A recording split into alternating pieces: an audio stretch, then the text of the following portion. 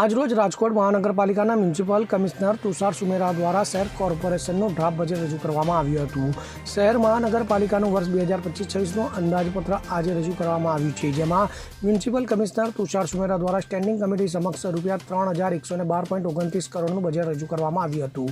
આ બજેટમાં શહેરવાસીઓ ઉપર વેરામાં 150 કરોડનો વધારો સૂચવાયો છે. આ સાથે જ્યારે કાર્પેટ એરિયા અને ટેક્સમાં સુધારો કરવામાં આવ્યો છે, તો આ બજેટમાં શહેરવાસીઓ ઉપર નવા વેરામાં 150 કરોડનો વધારો સૂચવવામાં આવ્યો છે. તો આ સાથે નવો જો ફાયર ટેક્સ પણ સૂચવવામાં આવ્યો છે. તો ડોર ટુ ડોર ટેક્સમાં વધારો સૂચવવામાં આવ્યો છે, જેમાં કાર્પેટ એરિયા ટેક્સમાં સુધારો કરવામાં આવ્યો છે, જેથી મિલકત વેરામાં પણ બોજો આવશે. તો આ વખતે 700 કરોડથી વધુના જમીન વેચાણ કરવાનો ટાર્ગેટ રાખવામાં આવ્યો છે. તો મહત્વનું છે કે ગેમ ઝોન ઘટના બાદ રાજ્યમાં પ્રથમ વખત શહેર મનપા ફાયર ટેક્સ વસૂલવા સૂચવવામાં આવ્યો છે. હાલ મ્યુનિસિપલ કમિશનર તુષાર સુમેરા દ્વારા ડ્રાફ્ટ બજેટ રજૂ કરવામાં આવ્યું છે. તો અભ્યાસ અર્થે આ બજેટને સ્ટેન્ડિંગ કમિટીમાં મૂકવામાં આવશે અને ત્યારબાદ સુધારા વધારા થઈને આ બજેટને મંજૂર કરવામાં આવશે.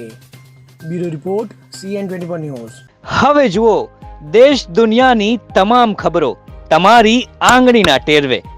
ઉઠાવો મોબાઈલ અને Google Play Store પરથી ડાઉનલોડ કરો અમારી CN24 ન્યૂઝ મોબાઈલ એપ.